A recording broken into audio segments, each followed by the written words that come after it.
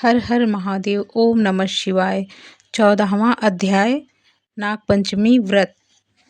ईश्वर ने सनत कुमार से कहा, हे महामुने, श्रवण मास के शुक्ल पक्ष की पंचमी तिथि में जो व्रत करना चाहिए, अब उसे मैं कहूँगा, उसे आप सुने।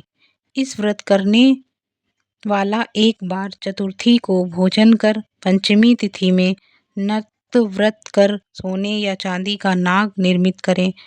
काठ या मिट्टी की 5 फनों युक्त नागदेव की प्रतिमा बनाकर पंचमी के रोज भक्ति द्वारा अर्चन करें। दरवाजे के दोनों ओर गोबर से फण वाला सर्प बनाकर सविधि दधि तथा दूब से पूजा करें। करवीर, मालती, चमेली तथा चंपा के फूलों द्वारा रमणीय गंध, अक्षत, धूप और दीपक से पूजा करें। ब्राह्मणों को पवित्र घी के लड्डू और खीर का भोजन करा दें। अनंत वासुकी, शेष, पद्मनाभ, कंबल, काकरोटक, अश्व, घृत राष्ट्र, शंखपाल, कलीय तथा तक्षक इन नागों के कुल धापी को हल्दी और चंदन से दीवाल पर लिखें तथा नाग माता का द्रु को भी लिखकर फूल आदि से पूजन करें। ज्ञानी जन नाग देवों का पूजन कर भरपूर घी व चीनी सहित दूध पिलाकर उसी दिन लोहे की कढ़ाई में कोई चीज न बनावे। नैवेद्यार्थ शक्ति द्वारा गेहूं और दूध का पायस बनाकर भुना चना, धान का लावा, भुना हुआ जौ नागों को दें और आप भी इन्हीं चीजों का भोजन करें।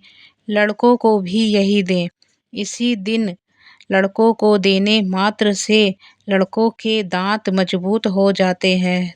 भाभी के नजदीक गान, वाद्य आदि उत्सव करें। स्त्रियां भी अपने कपड़े, भूषण आदि द्वारा श्रृंगार कर उत्सव करें। जो इस प्रकार करते हैं उन्हें सर्प का भय कभी नहीं होता। हे विप्र, और भी सुनो। हे महामुने, संसार के जीवों की कल्याणार्थ में आपसे कुछ कहूँगा, उसे सुनो। हे वत्स, सर्प के दर्शन मात्र से मनुष्य की अधोगति होती है।